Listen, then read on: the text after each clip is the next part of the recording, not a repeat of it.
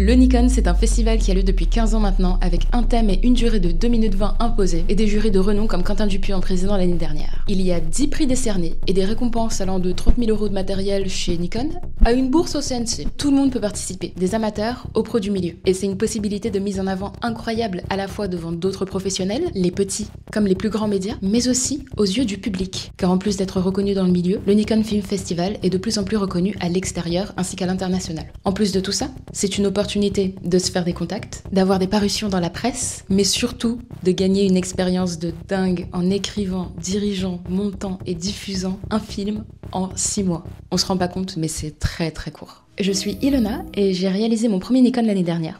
Après 4 années d'études sup dans le dos, plus 2-3 ans en freelance, malgré le temps que ça prend et qu'il faut prévoir, mon seul regret, c'est de ne pas l'avoir fait plus tôt. Parce que je suis du genre à me prendre la tête. Je pense que dans l'art, je suis loin d'être la seule. Et je vais être cash, je fais pas partie des 50 finalistes. Parce qu'au-delà des soucis qu'on a eu durant toute la production de ce tournage, des échos absents, un changement de région de tournage à 2 semaines du projet à cause d'une tempête, des chasseurs qui ont tiré pour nous intimider le premier soir du tournage... Eh bien, j'ai analysé les erreurs que j'ai faites en tant que réalisatrice en dirigeant ce projet. Et parce que j'aurais beaucoup bénéficié de ce genre de ressources quand je cherchais à m'informer sur le Nikon dans le but de préparer mon projet, eh bien, on va voir ça ensemble aujourd'hui. La première erreur, c'est de vouloir faire trop ambitieux. 6 mois, c'est très très peu. Il y a des phases de pré-prod, de préparation, qui prennent plus de temps que ça. Pour tous ceux qui ont envie de montrer leur talent et de faire un projet qui leur parle à fond, il y a une chose que j'ai envie de dire, parce que je l'ai vécu, c'est que oui, le Nikon, c'est une opportunité de montrer tes talents, mais ça veut pas dire vouloir show off. 2 minutes, c'est extrêmement court. Il s'agit de montrer ta maîtrise technique sur quelque chose de simple et concis. Ça veut dire travailler avec ce que tu as à disposition. Si tu as envie de faire un film d'époque, c'est trop bien, mais dans ce cas-là, assure-toi d'avoir des costumes à disposition et de plutôt réserver ce type de projet à un autre moment, un autre festival même, où tu auras plus de temps de le développer, de trouver ces costumes, de les faire, ainsi de suite. Réserve tes idées ambitieuses pour les projets où tu auras le temps de développer tes idées et ta mise en scène, mais aussi de trouver les moyens humains, techniques, financiers, mais surtout le temps de mettre en place tout ça. Principalement si c'est un projet bénévole. L'erreur numéro 2, c'est de pas assez te reposer sur ton équipe. Même si tu as choisi de faire un projet qui est simple, la préparation, c'est la plus grosse partie du travail. Donc tu dois pouvoir partager les missions avec les autres personnes de ton équipe. Par exemple, un ou une assistante réelle, ton ou ta chef-op. En fait, idéalement, si tu veux mener à bien tes idées, essaye de trouver une personne pour chaque poste, ou bien une personne peut cumuler plusieurs postes si jamais ces postes sont liés. Par exemple, l'électro peut aussi être ASCAM, ton ou ta maquilleuse peut aussi faire les costumes. Mais toi, essaye de rester sur ton rôle de réal au moment du tournage. Et justement, le fait d'avoir cette équipe qui a été briefée en amont, qui sait faire son travail, et avec laquelle tu auras installé une relation de confiance des mois avant le tournage, tu pourras simplement te concentrer sur tes acteurs, sur l'aspect créatif, sur ta mise en scène, et vraiment faire confiance à ton équipe pour porter ton projet. L'erreur numéro 3, c'est de trop vouloir te reposer sur ton équipe.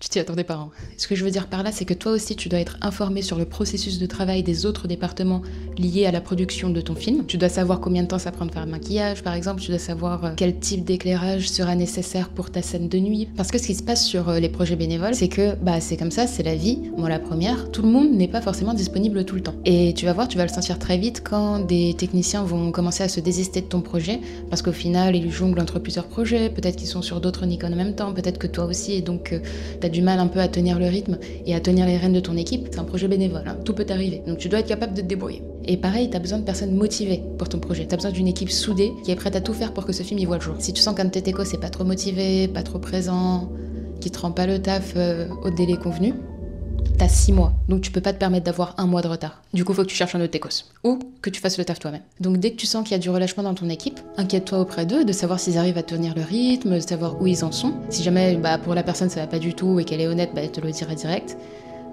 Sinon toi-même tu sentiras au bout d'un moment qu'il n'y a plus trop de réponses en fait de l'autre part. Si tu le sens, fais confiance à ton instinct en tant que réal, en tant que chef d'équipe, et vois si tu peux arranger les choses avec la personne ou trouver quelqu'un d'autre pour la remplacer. Parce que c'est ça le taf de réal, c'est beaucoup de gestion d'équipe. Et penser aux besoins d'un projet, c'est par conséquent penser aux besoins de l'équipe. Donc s'ils ont besoin de temps, laisse-les partir. L'erreur numéro 4, c'est de pas avoir de plan B, que ce soit pour le matos, pour les décors, pour tes techos aussi comme on vient de voir, ou encore pour les costumes aussi, qui mettent souvent dans la galère à 1 semaine du tournage. Tu peux avoir des problèmes partout sur un film. Il faut que tous les astres soient alignés. Tu crois vraiment que ça arrive tous les jours ?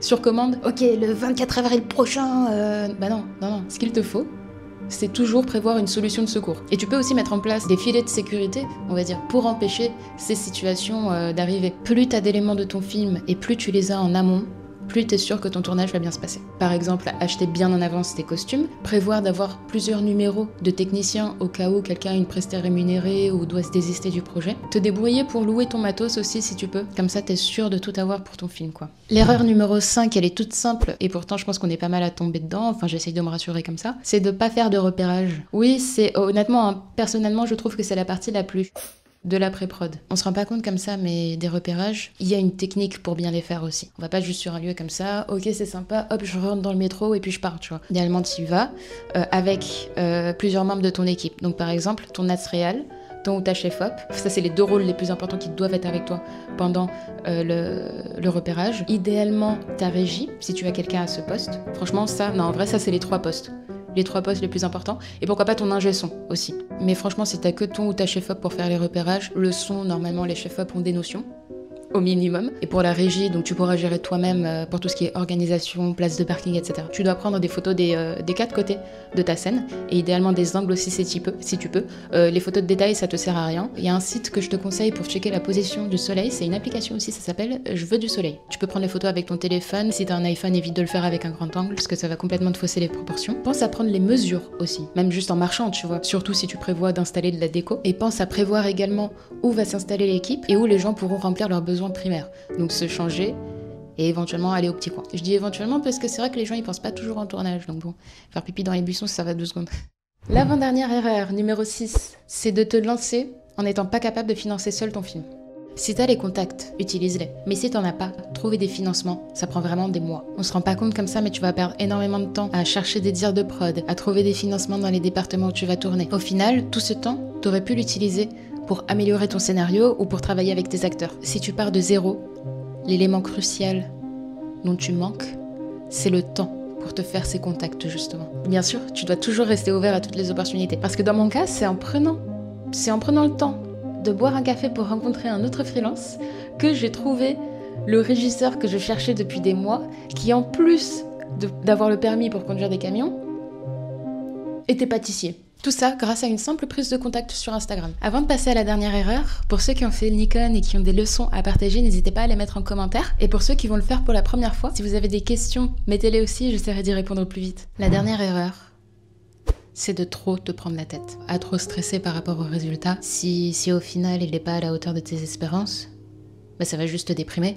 Et c'est ce qui m'est arrivé avec Feu Follet. On a eu pas mal de problèmes à la post-prod aussi, et j'ai fini par envoyer le film à 1 minute de la deadline. J'avais presque envie de mettre le fichier dans la corbeille plutôt que d'appuyer sur envoyer, tellement j'étais pas contente du résultat, qui n'était pas à la hauteur des ambitions que j'espérais. Je me suis bien rendu compte que justement c'est parce que je n'avais pas le temps de me mettre en place, de trouver les moyens humains, techniques et financiers en 6 mois, en partant de rien. Et au final, j'ai quand même envoyé ce film parce qu'on n'avait pas fait tout ce travail pour rien. Et j'ai eu la surprise plusieurs mois après de découvrir qu'on était dans le top 30-40% des votes du public. Chose à laquelle je ne m'attendais pas du tout. Ce projet en particulier, il m'a aussi donné l'opportunité de rencontrer un assistant réalisateur au top qui s'est lancé en tant que producteur et qui est en train de m'accompagner dans la réalisation de mon premier film produit. Je suis en pleine phase d'écriture et je documente chaque partie de l'évolution en donnant des conseils dans une petite série de vidéos que tu pourras retrouver dans la description si j'ai déjà posté ou sur mon profil en t'abonnant à ma chaîne. Pour rappel, il y a eu 2772 participants l'année dernière et toujours plus chaque année. Donc clairement, au final, le véritable objectif, c'est pas de gagner, en tout cas si tu vas avec cet objectif en tête, forcément il y a beaucoup de chances que tu sois déçu. Parce que le but premier de ce festival, c'est le partage. C'est de permettre à des milliers de personnes de mettre un pied dans le milieu, de rencontrer d'autres personnes, de se faire des contacts avec qui peut-être on travaillera jusqu'à nos retraites, qui sait. Pense avant tout à l'expérience que tu pourras gagner et aux opportunités que tu pourras avoir derrière en rencontrant d'autres personnes aussi, plutôt que d'obséder sur le fait d'avoir un prix qui au final peut à la fois être motivant comme vraiment démoralisant si tu n'arrives pas à atteindre tes ambitions. Et franchement, profite. Une fois que tu auras terminé ton projet, tu te rendras compte de l'expérience que tu as gagnée, même si t'es pas content à 100% du résultat final ou de ta sélection. Et si tu veux voir d'autres vidéos sur comment bien préparer le Nikon, n'hésite pas à me le dire aussi en commentaire. Et je te remercie d'avoir regardé cette vidéo jusqu'au bout. Allez, bon Nikon à toi!